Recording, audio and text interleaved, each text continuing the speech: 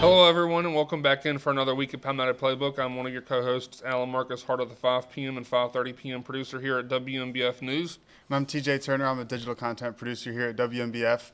And let's get right into our top threes from this past week. I have college basketball upsets in my top three. Last week I talked about how we're getting into the home stretch of college basketball, which is my favorite part of the year. We're in March now, and so I've got upsets. We had 4 top 10 ranked teams move down this past week is UCLA, who's unranked, beat Nebraska. And then you have St. Mary's, who's unranked, who beat Gonzaga, which that was a huge game as St. Mary's, I believe, is their last season in the conference. And that game tied them for the lead in the conference with Gonzaga. So Gonzaga would have been the outright winners of the conference with that win. But a huge win for St. Mary's in order to come in there and get that win at home. It was a big game, that small stadium that St. Mary's plays in. It was electric. Yeah, you love to see college upsets in sports. Great to see it in college basketball. There was also upsets in college baseball as well. That's honorable mention, not my number 3 yet. But there was a lot of top teams in college baseball that also went down this week. For my actual third spot, we'll switch it up a little bit. Cristo Fernandez, you may remember, this is a soccer reference. Mention. You may remember him playing Danny Rojas from the series Ted Lasso. Oh, yeah. Yeah, football is life. Maybe that will ring a bell. The actor he was an athlete, then turned actor, but now he's turning back into an athlete, and he's trying out for the El Paso Locomotive FC in the USL Championship League. I guess it's like the Tier 2 league of soccer here in America. It's the same league that the Charleston Battery play in, but the Charleston Battery are on like the East Coast side of it. The El Paso Locomotive are on the West Conference. But he's 35 years old, but he's trying out to be a professional soccer player. I was looking it up before we started recording. He had some injuries that kind of like derailed his athletic career when he was like 15 years old. But it's good to see him give it a go, and hopefully we can. Hopefully he can get signed and actually play professional football. That'd be kind of fun to see. Going from playing a character that was an athlete to actually doing it in real life would be kind of fun to see. He was definitely one of my top favorite characters in Ted Lasso. The energy he had in the show is awesome, and I wonder if he's actually like that in real life. Yeah, I don't know. I know I think I saw he got like 30 or so minutes in their game over the weekend. He's trying out for the El Paso, but this wasn't his first team trying out. Apparently, he tried out for the Chicago Fire 2 side. So hopefully it plays out. It'd be a fun story to watch. Yeah, definitely a good story to watch. Moving on to my number 2, I've got Coastal Carolina men's basketball, who has broken the record for most Sun Belt wins in a season. Since joining the Sun Belt, the record held at 10 wins in a season, and they got their 11th this past season over the past week. And so I think that's just great to see. It's good to see that men's basketball program continuing to grow and evolve. We'll get more into their season later on in the episode, but just great to see them break that record. For my number 2 spot, I'll throw you a curveball, and that's a bad pun that you'll see why in just a second. I'm going with Elon softball and baseball, both throwing no-hitters over the weekend. Technically, the softball team won up to the baseball team. They threw a perfect game. Anadu had a perfect game in 5 or 6 innings for Elon against, I believe it was Charleston Southern for the softball team. And then the baseball team, it was 3 different pitchers. They had a combined no-hitter against Fairfield, a team that Coastal played to start the season. Can't remember the final score of that game, but they, a no-hitter. So I think it was the first time in at least 3 years that a D1 program had both the softball and a baseball no-hitter on the same day. Yeah, that's great to see. And then at my 1 spot, I've got another broken record. Con Knippel for the Charlotte Hornets has now broken the record for most three-pointers made in a rookie season. He broke it with 207 three-pointers this past week, and then they had their first home game back in Charlotte since him breaking the record, which I was at. I was at the game. They threw out some record-breaking T-shirts into the crowd, and I was able to catch one. So it was definitely cool to see, and it was great to see them. They did like kind of a little ceremony honoring him breaking the record, and it was great to see. Before I unveil my number 1 spot, I'll rewind rewind back to last week when we said we would talk about NASCAR when it warrants it. Well, this warrants it. My number one spot, Tyler Reddick winning his third win in the road to start the NASCAR season. First it was Daytona, then it was Atlanta. Now he's switching it up things, winning again on a road course, the Circuit of America near Austin, Texas. It was the first. He's the first Cup Series driver to do that, to win 3 straight races at the start of the season. Yeah, I saw that too. And Michael Jordan's the 2311 crew over there. That's the first time a team has done it either. Yeah, it was good to see. And I liked how even Reddick, his picture after the race, mimicking the Michael Jordan picture with throwing up the 3 with the trophy. It was cool to see that. Yeah, definitely cool to see for Michael Jordan for the team, and especially for Tyler Reddick being able to do that in his own right, especially because it is such an individual thing as well as a team thing in NASCAR. You've got so many people go into a race other than just the guy driving the car, so it's definitely good to see for the whole team. Yeah, and I mean, you can't ask for a better start to the season. Literally no one else has done it before him, and I mean, there's a lot of races to go, but he's definitely put himself in a great position for the rest of the season. Yeah, that's definitely been great to see. And speaking of win streaks, the Charlotte Hornets. The Charlotte Hornets are on another win streak. Not quite how great their last win streak was, but they're on a 4-game win streak now. And in 3 of their past 4 games, in 3 of those 4 wins, they've scored almost 130 points, with 129 points in one of those and then over 130 in both of the other games, which is just great to see this offense really coming into its own. Yeah, I saw a post this morning on Facebook that this is the first time the Hornets are at a 500 even record since the beginning of the season on October 28th when they were 2-2. So right now, like you said, they're on a 5-game winning streak, but they're also 15-3 in their last 18 games, which is a really great spot to be at, especially when you're in a playoff hunt right now. They're playing good basketball at the right time, and hopefully they can keep it going to secure a playoff spot. Yeah, person to watch on that team as of recent, Brandon Miller, who battled injuries for the first half of the season, and then now he's coming into his own. It seems like he's kind of solidified himself as that number 1 scoring option. As we've seen the past couple seasons, LaMelo Ball has been relied on to do basically everything for this Charlotte Hornets offense, whether it was scoring, assists, just anything that you can do offensively. It was all kind of on the shoulders of LaMelo Ball. And this season, with Brandon Miller and Con Knippel being able to kind of shoulder that load a little bit for him, has definitely proven that is the recipe for success for the Hornets. Yeah, I mean, it always helps when you have other options that you can rely on, take the pressure off of one player. Like we've mentioned all season, a bunch of young players, so the future is still bright for the Hornets. Yeah, and then looking at that, the future is really bright. And this season, they've still got a chance at this point, as they've been jumping between the 8 and the 9, or the 9 and the 10 seed the entire year. They still got a shot at being potentially an 8 seed as well, as they've been playing really well this season. And it'll be interesting to see how they close out the year in this last kind of quarter of the year to see if they can continue this momentum. And I could definitely see them sneaking into the playoffs. Yeah, they've put themselves in a really great position if they just continue finishing the season strong like they are right now.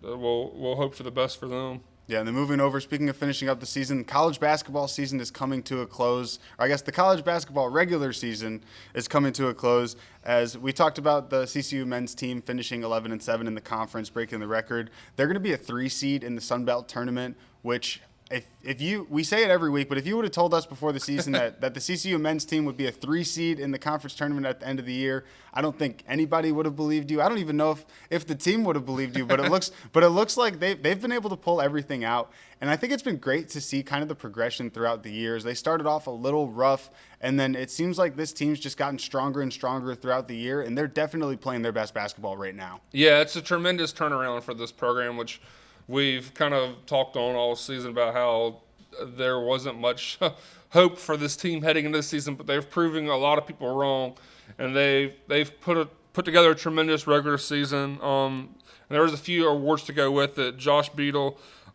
named the Sun Belt Newcomer of the Year. He was also named first team All Sun Belt. Led the Chants with 17.5 points per game in the regular season.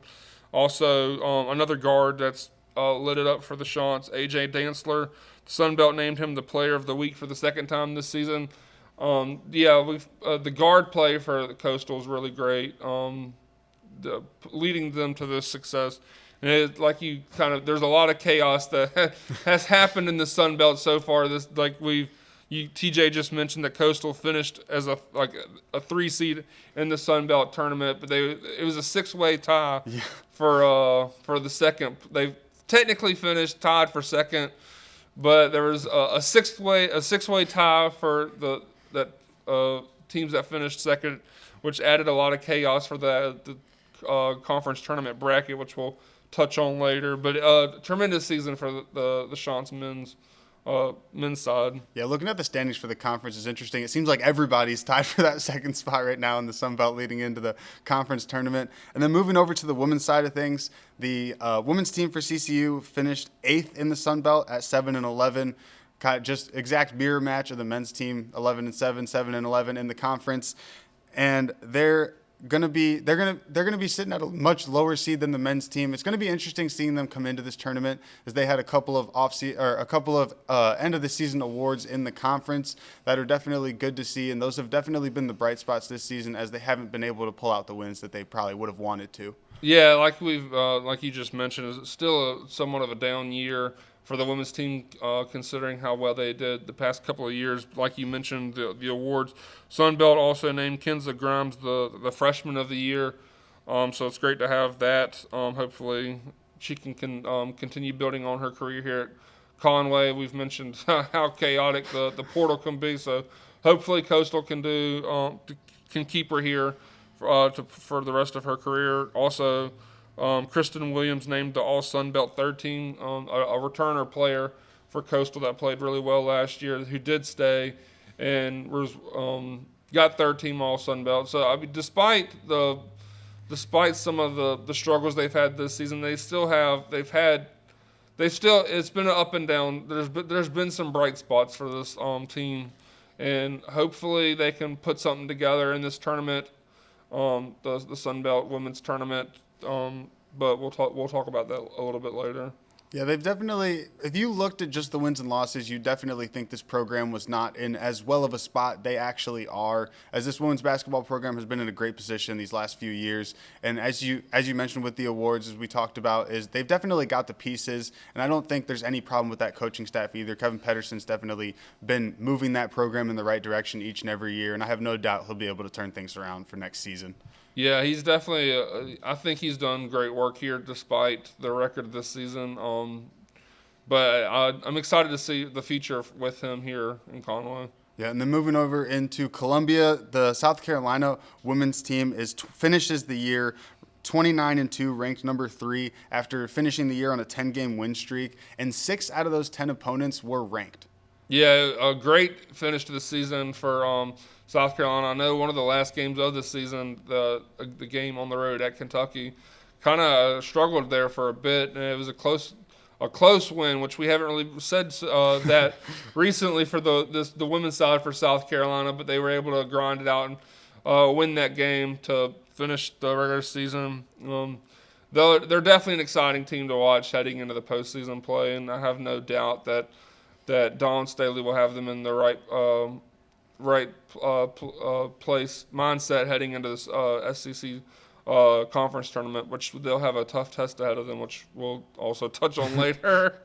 Yeah, it's definitely going to be a team to watch heading into the tournament, and you can only think that there's going to be another matchup with them and UConn at the end of the year at this point. It looks like that's probably the most likely outcome in women's basketball, but it also looks like that's the most likely outcome in women's college basketball every single season. Yeah, either them or, I mean, UCLA is also a tough team. I think they're ranked number 2 right now, depending on how the actual bracket shakes out. But those are, I mean, I'd say the 3 teams to watch. And there's probably a large gap after that. But, yeah, definitely in a great spot heading into the postseason. And then on the opposite end of things, the South Carolina men's team is 12-17, tied for last in the SEC with a couple games left to play to end the season. And it's looking like there's going to need to be some changes this offseason for this men's basketball program. Yeah, I'll be honest. I'm just glad this season's almost over with for the men's side. It's been like I even said before we started conference play that this is going to be a tough watch, but I'm glad it's almost over.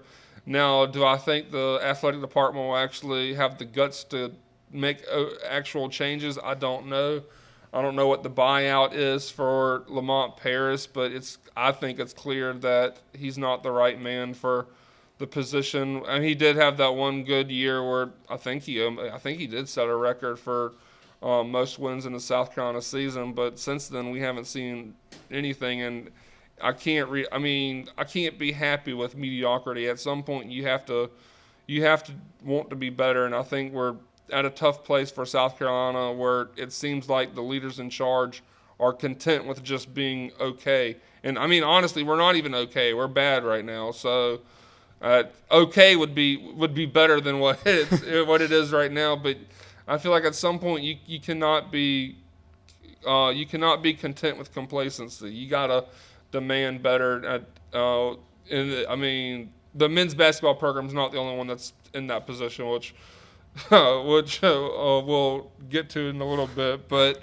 yeah, definitely a seasons to forget for the men's basketball program. Hopefully something will change, but who knows? Yeah, above anything, I think that South Carolina men's program definitely needs a culture change, whether that comes from above with the head coach or comes from within with the players in the locker room. Something's going to have to change with the culture of South Carolina basketball because, as you talked about, it seems like they're kind of content with being below average. Well, I mean, I don't want to fault the players. I think they've done the job that was ahead of them, but I think when probably built the squad the wrong way, relying on three-point shooters when there's barely anyone that's on the team that has shown that they're a reliable three-point threat. I enjoyed watching Michi Johnson play for South Carolina on and off during his career. I think he's a great guy to have in Columbia.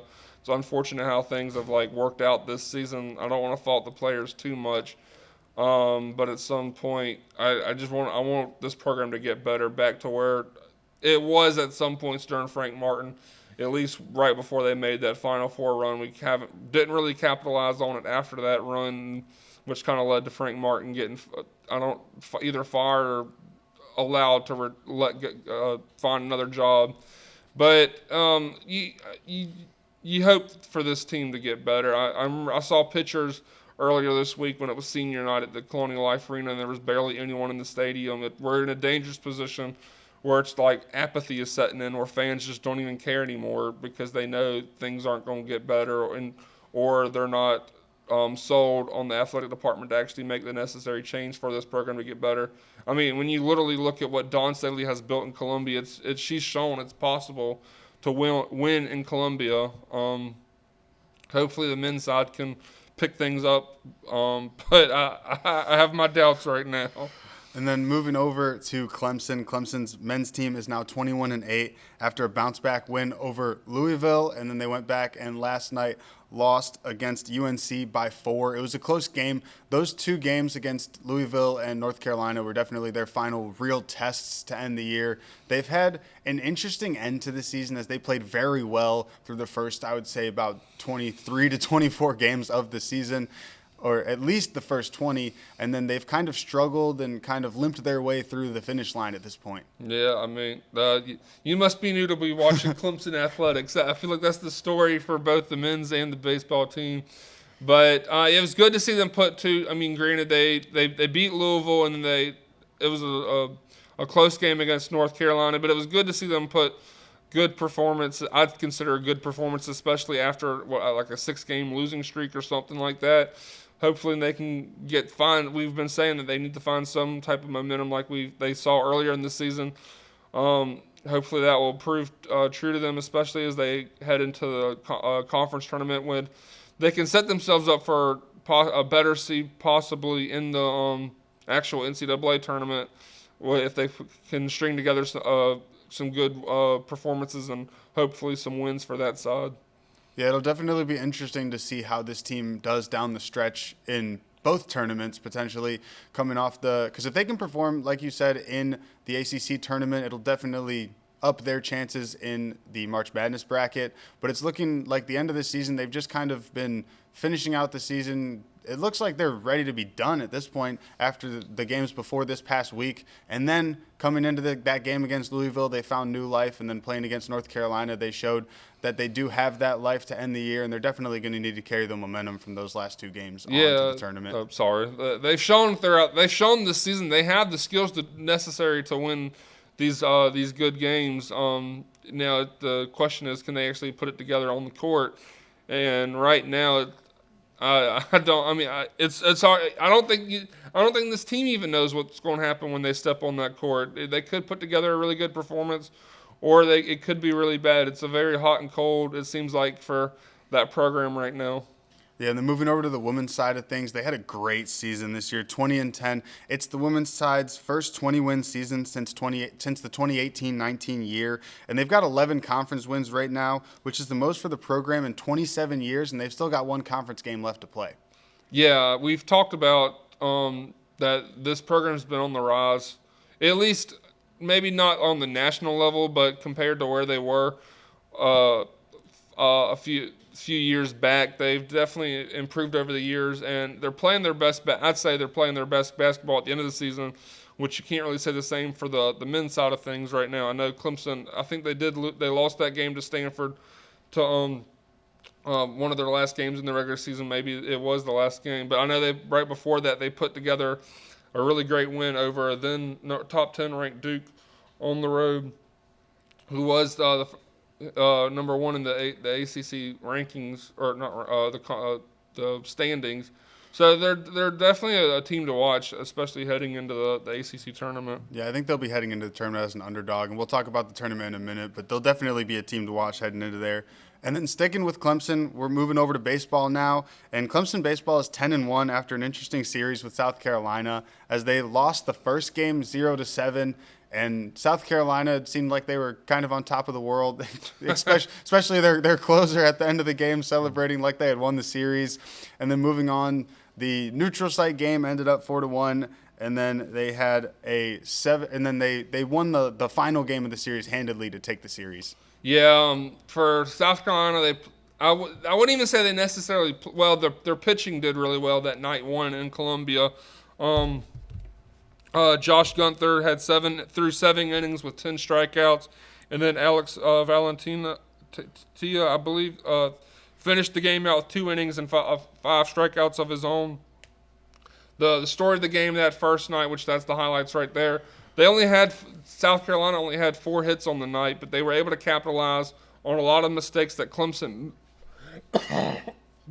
made to come out with the win, and an impressive 7-0 win.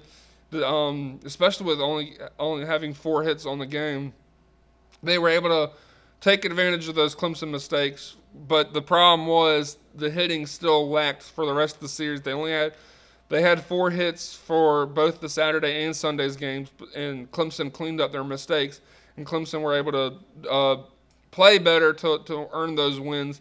I was joking last week. I'd be surprised if the Gamecocks were able to win one game this series, and they did that first night, which I liked.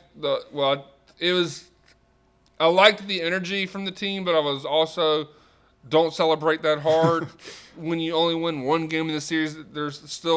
You haven't won the series yet. Contain that excitement and the energy that was shown after the game for when you actually win the series, which they lost the series again to Clemson. It's been, I don't know, probably 3 or 4 years since they've actually won this 3-game series. Clemson has dominated over South Carolina recently.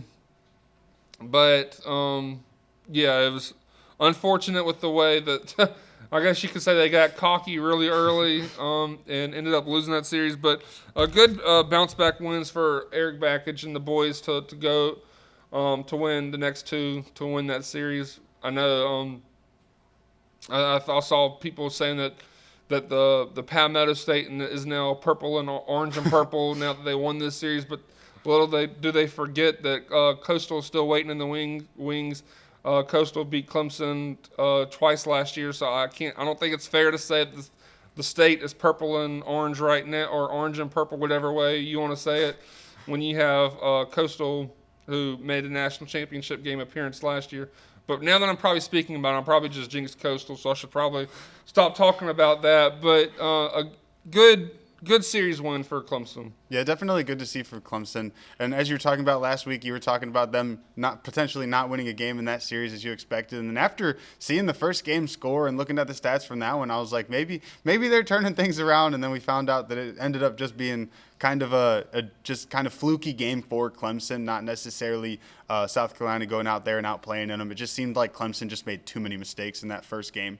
Yeah, I mean, one thing about South Carolina athletics, when there's a very high, you can expect a very low, like immediately to follow. It seems like no matter what the sport is, probably except women's basketball, Dawn Staley's the only one that has beaten that the chicken curse that people in Columbia call it. But yeah, it's another program. I think I said on last week's episode, it seems like Lamont Paris and Paul Maneri. I don't know how to pronounce his name, and I don't really. Hopefully, he's not there long enough for me to actually for me to work that one out. But I told you, I think he probably needs to be in a retirement home right now. Like he should not be coaching this team. They're lacks a lot of energy compared to the fall from grace that this program has been since Ray Tanner left to be the athletic director, which I know that was his dream goal, to be an athletic director, but I really wish it wasn't, because ever since then everything has gone to, well, let me not say that word because I'm not trying to get us censored or anything like that, but it has not been good since he was the athletic director. So things need to be, which granted, there's a Jeremiah Dante, the new athletic director. This is his first year or second year maybe in the job. But things need to be changed for both the men's baseball and men's basketball. So a rough watch I'd say for the South Carolina baseball team heading for, which I forgot to mention, even before the Clemson series, they lost to Queens. Which, a baseball team, which I believe are based in Charlotte. Their first Power 4 win Queens' first Power 4 win ever, which that's not something that South Carolina should be giving up right now. It's a mess, I believe, in Columbia. Yeah, and then moving over to Clemson or to Coastal Carolina baseball. They have had a couple of tough losses. They're coming off a couple of tough losses over this past week, losing to Texas and the University of Texas San Antonio. That University of Texas San Antonio game ended 10-16, looking like Coastal Carolina football out there, putting up score lines like that. Yeah, despite the score line in that Texas game, I know when you look at it was just an 8-1, you'd not think too much of it. I did like what I saw from Luke Jones, the pitcher, elevating into a weekend starting role, given all the injuries. He was Coastal's starting pitcher last year, like midweek games. I can't remember exactly how many innings he pitched, maybe 5 innings, and only gave up 3 runs. I liked what I saw from him. He kept the game close for the most part for the Chants, but things really fell apart in that 9th inning. Coastal was down 4-1 against Texas. But Coastal could not get the bats going, and that's a full testament to the starting pitcher from Texas. We knew he was really good coming into the game, and he showed everyone exactly why.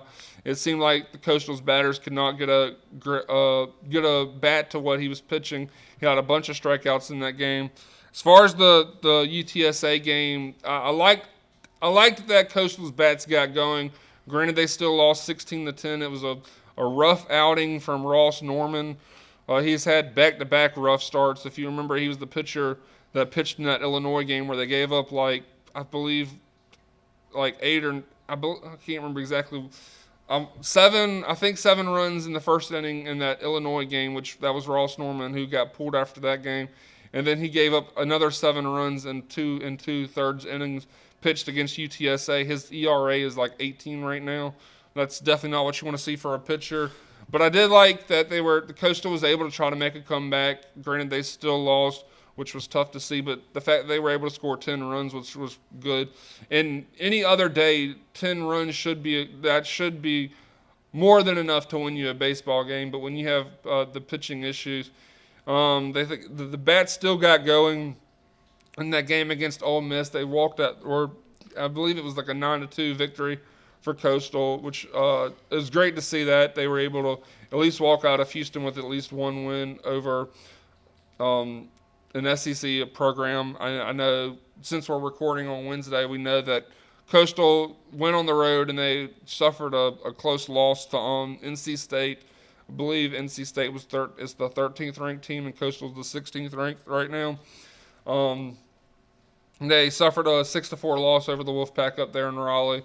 Tough game for Coastal, and things aren't going to get any easier for Coastal. They have a tough series this weekend against East Carolina here in Conway. Hopefully, this should be some good games. I know that they produced a lot of good games in the regional last season. So hopefully Coastal can get back on track. Despite their 7-5 record, I still think they're in a really good spot. I like what I've seen. There's definitely talent there. I think it's more so of a case of right now we're just not getting their full potential right now. But I think they're still, the season's still young. There's a lot left to be played, and it's way too early to count these guys out. But yeah, I think they're a promising team to watch for the rest of the season. Yeah, and speaking of promising teams, the South Carolina women's softball team is 15-6 on the season. 8 of those 15 wins have ended before the 7th inning even started. Yeah, which that's when you can win games and win them early. You can't really complain with that.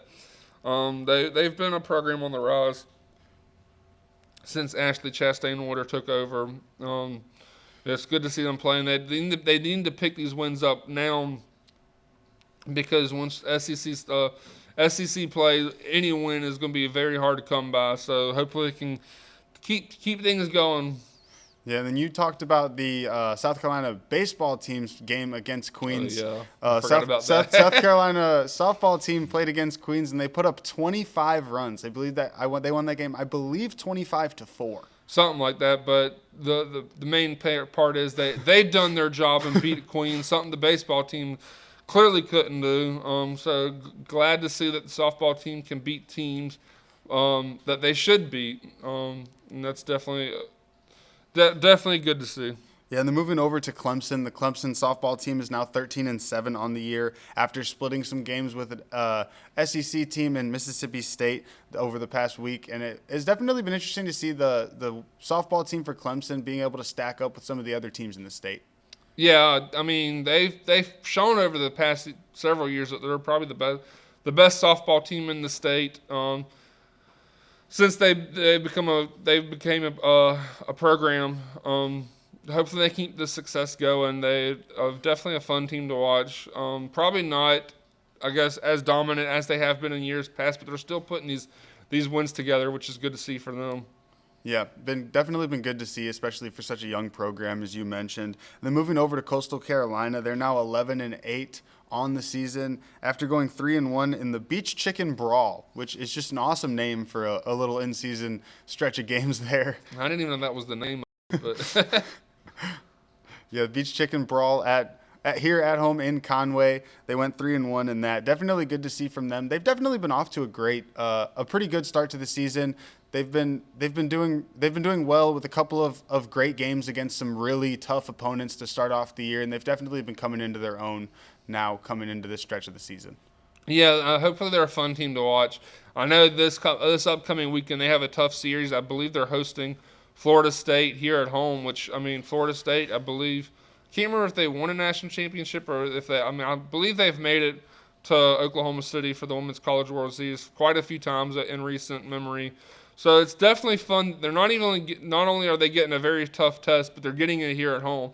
Hopefully the Chants fans can show out and so it should be a good weekend for both softball and baseball, having both the tough series against Florida State and East Carolina here both at home around the same time. So hopefully fans can make a doubleheader out of it and enjoy the weekend. Yeah, definitely going to be a weekend to watch in Conway for both sides, whether baseball or softball. And like you said, if you can get to both games, you might as well get both out of it. And that's definitely going to be an interesting thing to see, especially because East Carolina, as you mentioned, that series with the baseball team last year in the postseason will definitely be interesting to watch, especially a tough matchup for the softball team. And then looking ahead, we've got the start of the conference tournaments for the NCAA in basketball coming up as the seasons are wrapping up as we speak. These last few days of the college basketball regular season, starting with Coastal Carolina, the women's team. I don't think we have very high expectations for them going into the Sun Belt tournament. They're going to be a lower seed and definitely going to have some tough matchups. Yeah, I believe they're the 9 seed right now. It's definitely a long shot to make turn things around. I know if it's anything like the men's bracket, it's a crazy way to do a bracket, but it probably makes sense when you're a one team bid for the NCAA tournament. You reward teams that finish the top of the conference with. It's hard to even explain. If you're the 1 seed, you only have to win 2 games to win the tournament. If you're like the 15th or 14 or 15 seeds, you have to win like 7 games to win the tournament. So it makes sense that you're rewarding teams that finish well in the regular season. I know it's definitely a tough test for the women's side. I know they play. I think their first game is 12:30 today on Wednesday, so maybe you even have that result before this podcast comes out.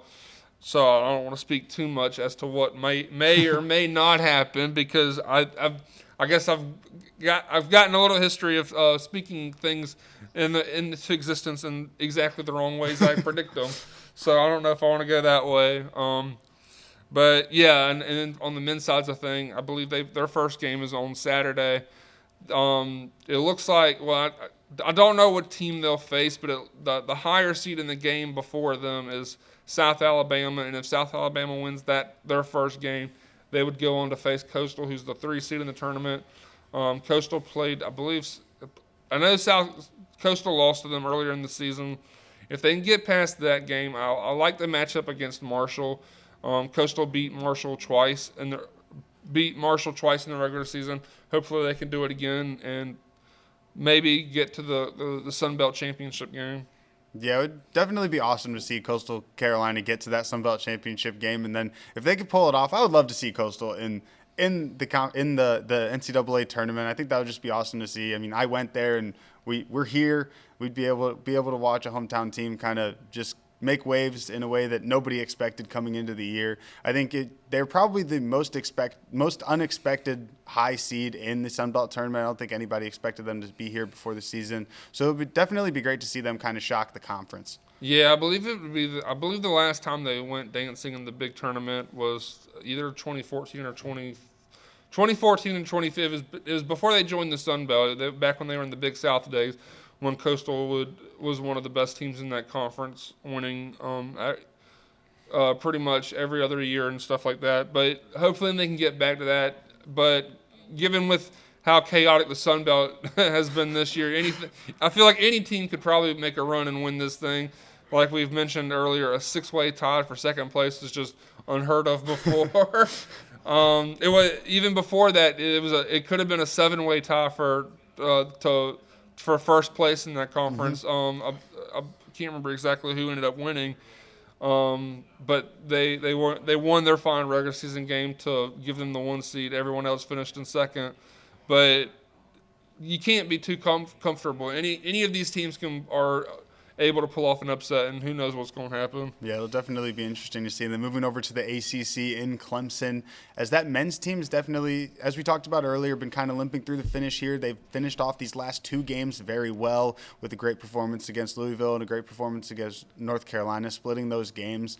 Do you think we're going to see kind of another story of Clemson kind of disappearing in the postseason? It's hard to say.